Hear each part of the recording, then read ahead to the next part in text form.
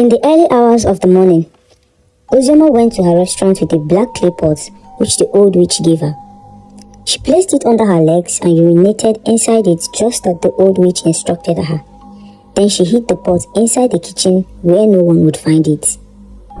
When the sun came up, she bought some food items from the market, and while she was cooking, she secretly poured the urine into all the food and mixed them properly. She also made sure not to taste the food, just as the old witch previously warned her. When she was done cooking, she decided to make her food as cheap as possible so as to entice people to patronize her. She created a signpost with the new prices of her food and placed it in front of her shop by the roadside. It didn't take long before customers started entering her restaurant in large numbers. In less than 6 hours, all the food that Ozioma prepared got finished. She was very happy. This would be the first time she would sell all her food since she started the business. However, she knew it must be the power of the urine she used to cook the food, just like the old witch instructed. But she made sure to warn her 2 daughters, Chiamaka and Akachukwu, never to eat from the food that she made in the restaurant, but she didn't tell them why. The next day, Ozioma did the same thing, but by this time, she didn't sell her food at a reduced price. She sold it even more expensive than she usually does. To her greatest surprise, none of her customers complained. Instead, they bought more. She finished selling her food earlier than she did the first day, and she couldn't contain her joy. She made a lot of profits and also got more customers. Ozioma continued this way, reducing the quantity of the food with an increased price, and she was making a lot of money. She moved into a bigger house and sent her children to an expensive school. She bought a car for herself and also started living large. She employed many young ladies to help her in the business and also moved into a bigger restaurant at a more expensive side of town. Mrs. Ozioma became very popular and well known in the state. She had many customers, and most of her customers often came from a very distant place just to buy her food. They didn't mind that her food was very expensive and that the quantity was very small. It was rumored that anyone who ate at Mrs. Ozioma's canteen would automatically become her loyal customer. A lot of people have tried to learn her recipe and method of cooking, but no matter what they did, it was impossible for them to get as many customers as she did. There were many other food vendors and very luxurious eateries which were more beautiful and decorated than her restaurant, but Mrs. Ozioma's customers would prefer to remain hungry and wait for her food to get ready instead of patronizing other food vendors. A lot of people believed that the secret to Mrs. Ozioma's success was her talent, but little did they know that she had sold her soul to the devil, and the secret to her booming restaurant business was her urine and the black clay pot from the old witch. However, Ozioma wasn't always this way. She was once the wife of a very wealthy man. 5 years ago, Ozioma was a very beautiful and gentle woman who caught the eye of every bachelor in her town. A lot of men wanted her for a wife, but she was fortunate to get married to Chief Okeke, a very wealthy businessman from the town of Kante. After their marriage, Ozioma started living like a queen. Chief Okeke spared no expense to ensure that Ozioma had everything and anything she wanted. Their union was blessed with 2 beautiful daughters whom they named Chiamaka and Akachukwu. Chief Okeke loved Ozioma so much and was ready to do anything to make her happy. One day, Chief Okeke told Ozioma, "I'm very happy for the beautiful daughters that you give me. You know that I am wealthy enough to buy anything for you, but I want to open a business for you. Please, my wife, think about any business you would like to start up, and I would provide the money for you to start." Chief Okeke wanted Ozioma to be financially independent, but Ozioma was too lazy and arrogant to think about the future. She was only focused on the present and its benefits. Ozioma replied to her husband, "Since you are very wealthy and rich enough to take care of me and the children, why do I need a business? You have enough money that will last us a lifetime, so why should I bother or stress myself?" Chief Okeke was disappointed in Ozioma's response, but he loved her so much, so he apologized for his suggestion. Chief Okeke continued providing for Ozioma and the children until one fateful day, a painful tragedy struck and Chief Okeke was involved in a very ghastly accident. The accident didn't claim his life immediately, but it left him in a very terrible state. Chief Okeke was rushed to the hospital, but to save his life, a lot of surgeries had to be carried out and these surgeries cost a lot of money. In order to save Chief Okeke's life, all his savings were cleared and his stocks were sold at very cheap prices so as to raise money for his surgeries. However, after his surgery, he didn't recover completely. Another surgery was needed, but he no longer had anything of value to sell. And so unfortunately, he passed away, leaving Ozioma with absolutely nothing. Ozioma became very devastated and frustrated because she had no university degree and no business. Every night, she would weep in pain and regret her decision to rely on just her husband's money. She would tell herself, "If I had listened to my husband when he asked me to open a business of my own, I wouldn't be where I am right now." Ozioma was filled with regret, but it was already too late for her. As time went on, it became very difficult for her to take care of herself and the children. When she could no longer bear it, Ozioma decided to visit a very old friend of hers called Janet for assistance. Janet and Ozioma had been friends for a long time. However, unlike Ozioma, Janet had a very big fast food eatery where she was doing very well for herself. When Janet saw Ozioma, she was shocked at how tattered and unkempt she looked, because it had been a very long time since they last saw each other. She took Ozioma into her office and started asking her questions. "What happened to you? Why are you wearing these rags with rough hair? What happened to your car? What happened to your life?" Ozioma felt very ashamed. She wanted the ground to open up and swallow her.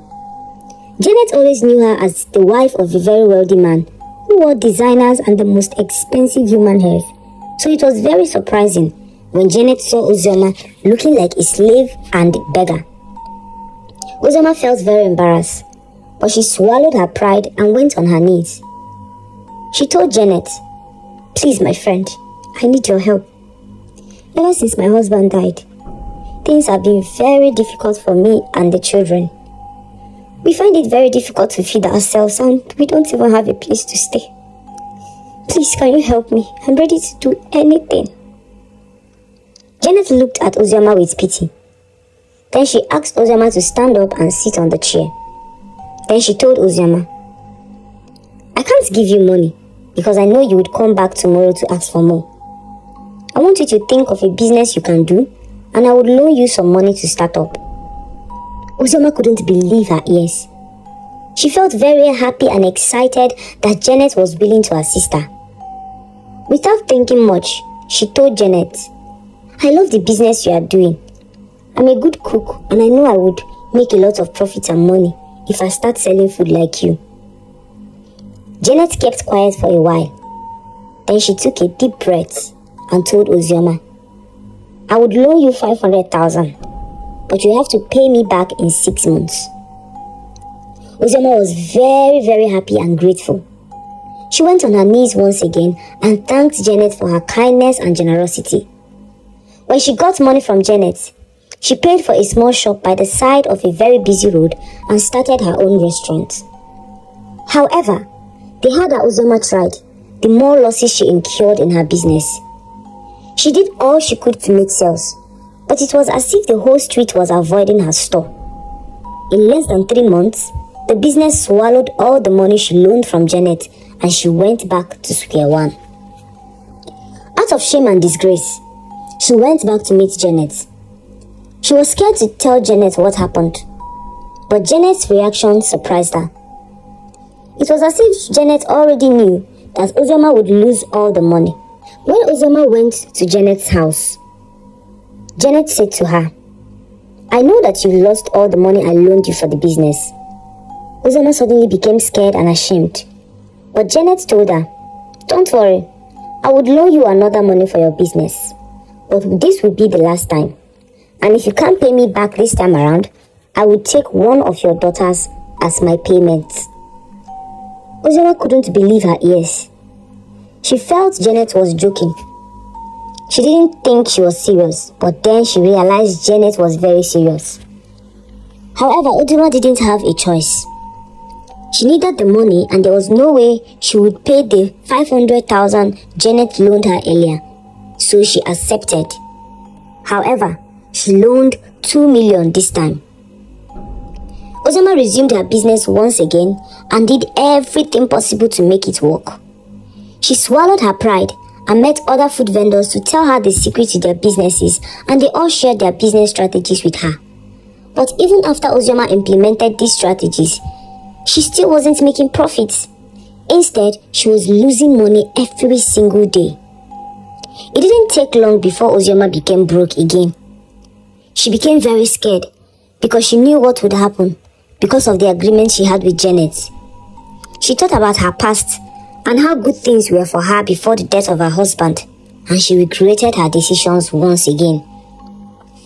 The next day, Uzoma was at home when she had a knock on the door.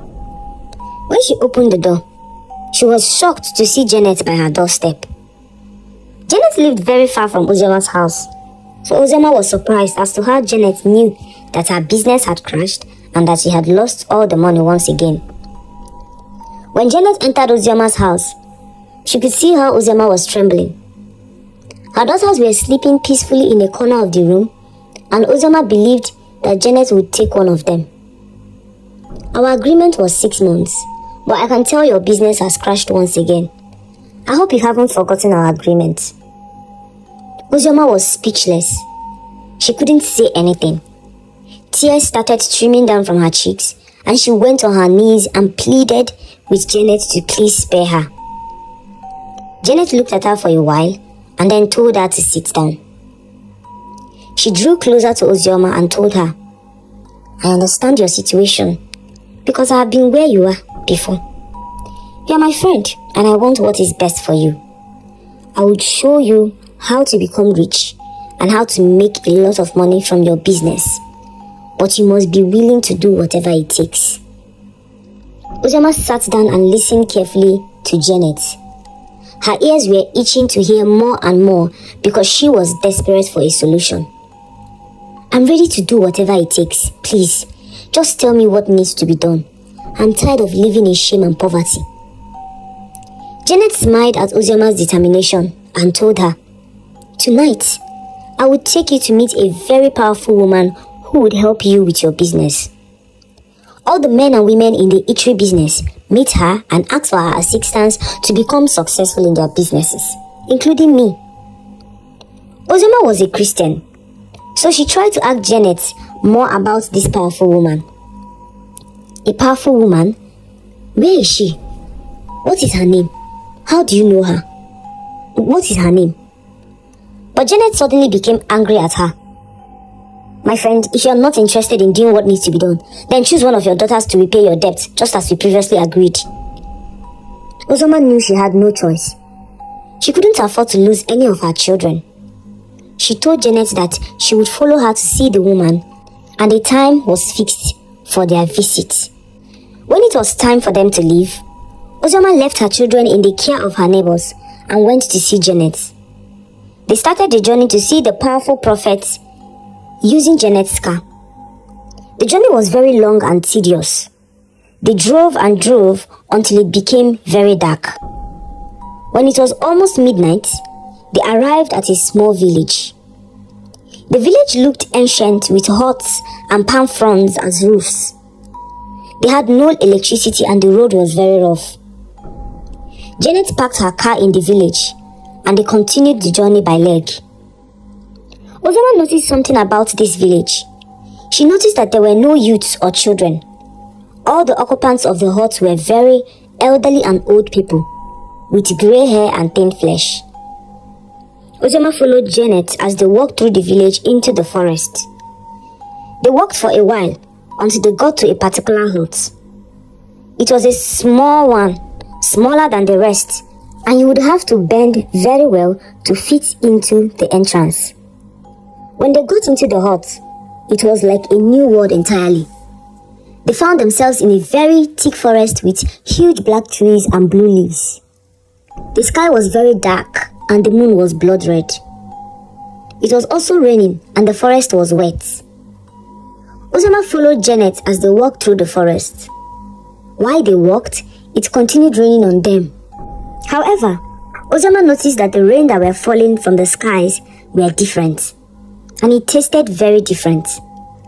They walked and walked until they arrived at a river. At the bank of the river was a canoe with an old man sitting beside it. Uzoma followed Janet as they went to meet the old man, who asked them, "Where is your destination?" Janet dipped her hand into her pocket and gave the old man a strange coin without saying a word. The old man smiled and placed the coin inside his mouth and swallowed it with a smile.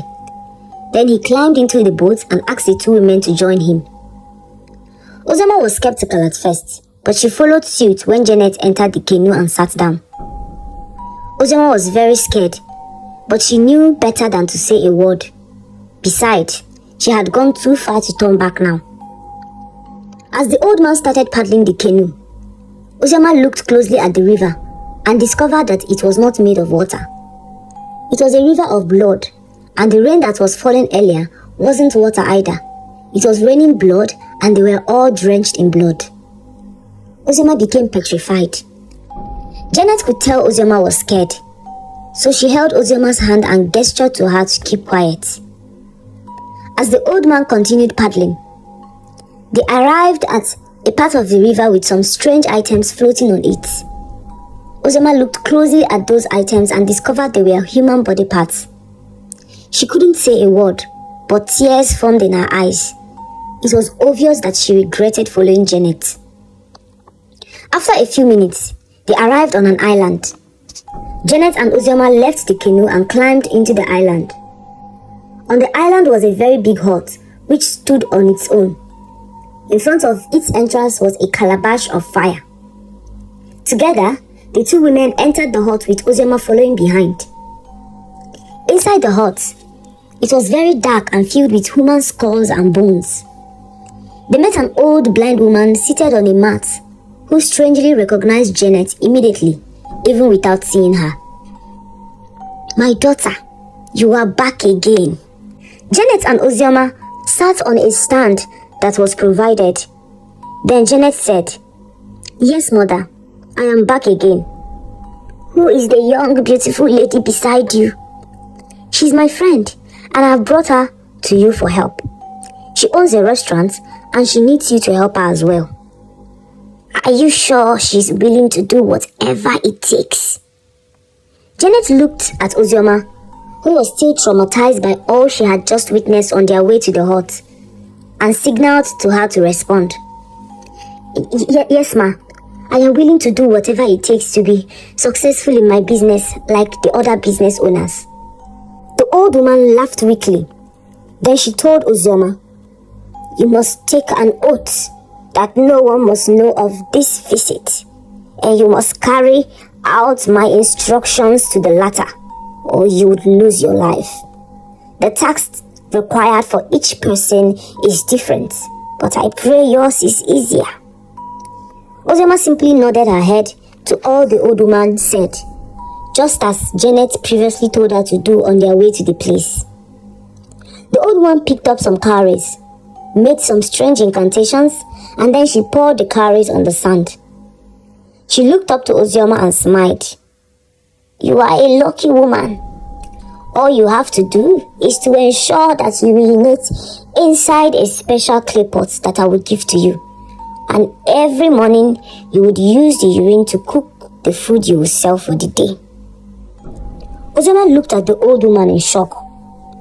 She was more surprised at how easily and calmly the woman gave her the instruction. She couldn't imagine herself doing something as filthy and unhealthy as that.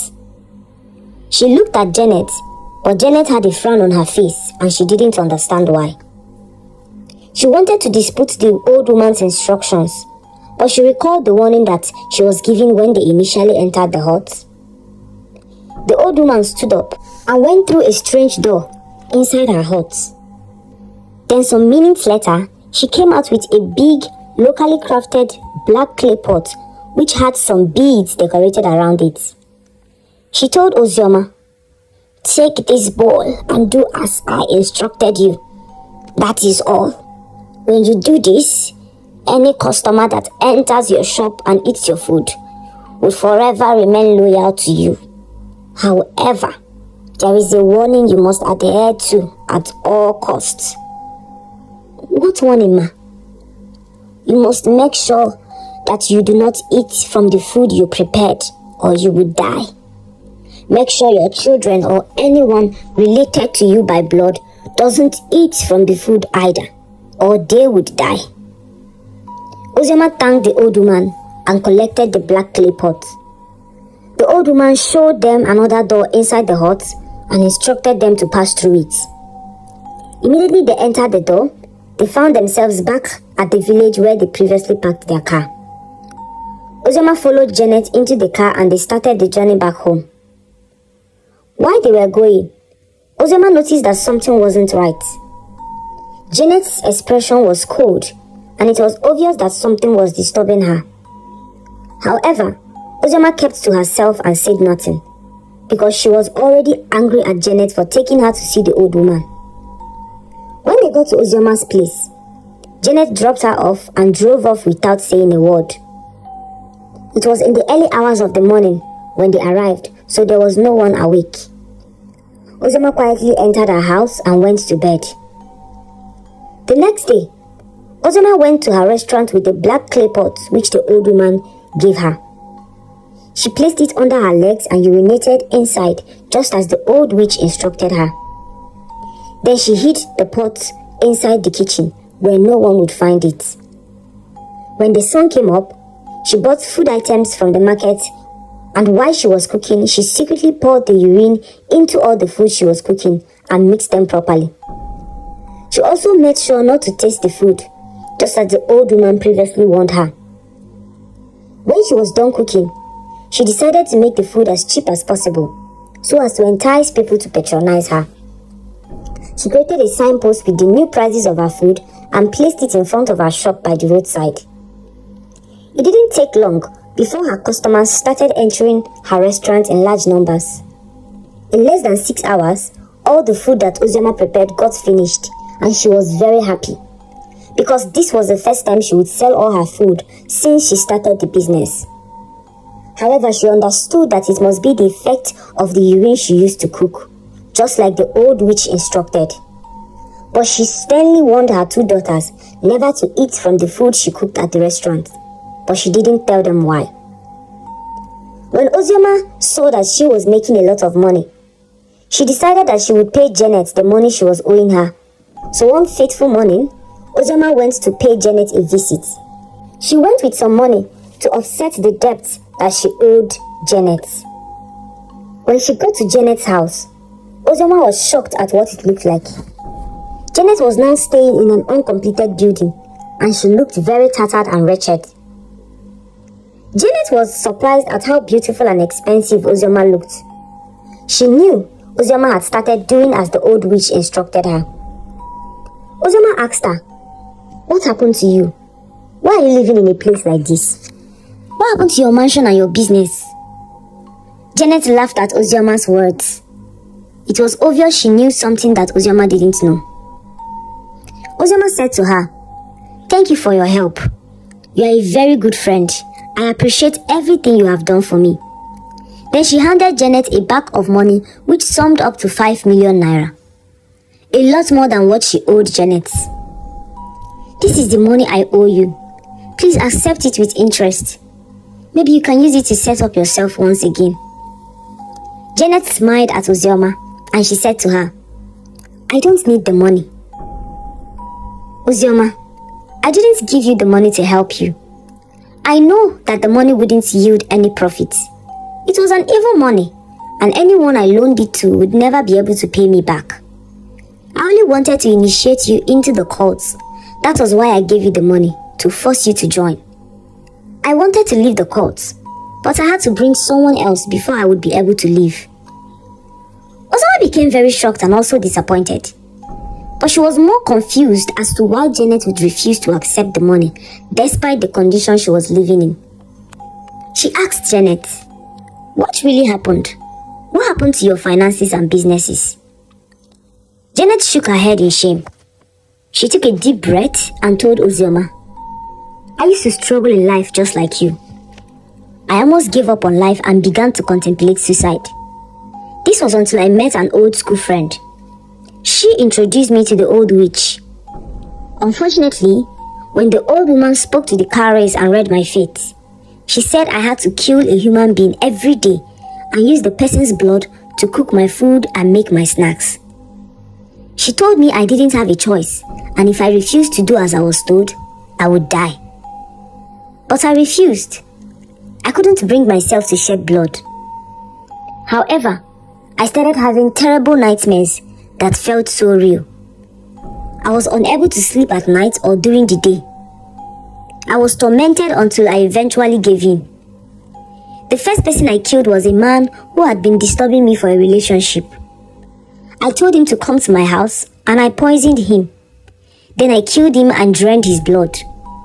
I did as the old woman instructed, and just as she said, I made a lot of cells. It continued that way for many months, but I was getting tired of the deaths. The ghosts of the people I killed refused to let me rest, so I met the old woman once again and pleaded with her to release me. This was when she told me that I can only be free if I bring someone into the cult to replace me. After Janet finished narrating her story, Uzoma felt really sorry for her. But suddenly, as if something inside Uzoma changed, she told Janet, "You once had it all, and you are a fool to choose to let it go. Thanks for showing me the way. I know I would never make the same mistake you did." Janet looked at Uzoma with pity. She knew that Uzoma was still enjoying her newfound wealth, and it was only a matter of time until she started to experience the repercussions of her decision. She advised Uzoma to look for a way out and told Uzoma to live with the money because it would serve no use to her. Uzoma picked up the bag of money and left Janet's house in anger. She went back home and continued doing as she had always been doing, using her first urine to cook for her customers. One fateful day, Uzoma had finished cooking at the restaurant and had gone out to an event when her children returned from the boarding school. When they got to the restaurant, their mother was not around and they were very famished. Their mother's servants offered to give them food, but they refused. They recalled the warning their mother gave them. But after waiting for a while, they started asking themselves questions. "Why do you think our mother said we shouldn't eat from the restaurant?" the first daughter asked. But they had no meaningful answer to the question. More and more customers kept coming in, and the two girls were enticed by how delicious and sumptuous the food looked. So they decided to ignore their mother's warnings and eat. They called on one of the servants to serve them, and they started eating. They were almost done eating when Uzoma returned from where she went. Immediately she saw them eating, she screamed at the top of her voice. But it was too late already. Her two daughters suddenly started choking and vomiting blood. Then they fell to the floor and stopped breathing. Uzoma became very broken. She started crying and wailing. They were rushed to the hospital, but Uzoma knew better. Uzoma became very sad because all her labor was to give her children the best life. However, in order to do this, she had lost the both of them. She went to the old woman and explained her plight. But the old woman told her that she was warned from the very beginning. Uzoma was very enraged and she tried to attack the old woman. But before she could come close to her, she disappeared and found herself at home. Uzoma became less concerned about the business and she stopped running the restaurant. But in a few weeks, she became paralyzed and couldn't move her limbs. She had no one to take care of her. Eventually, she died all alone in her house and her body was discovered many months later. The moral lesson of this story: is to tell us to not be a jobless woman or wife. In short, to be self-employed or independent so that you can sustain yourself and your children if anything should happen to your husband's job or life. Acquire enough knowledge before you go into any business so as to avoid going broke and running down the business. There are consequences for every evil and every shortcut we take in life. And for every gift that you get from the devil, you pay twice as much.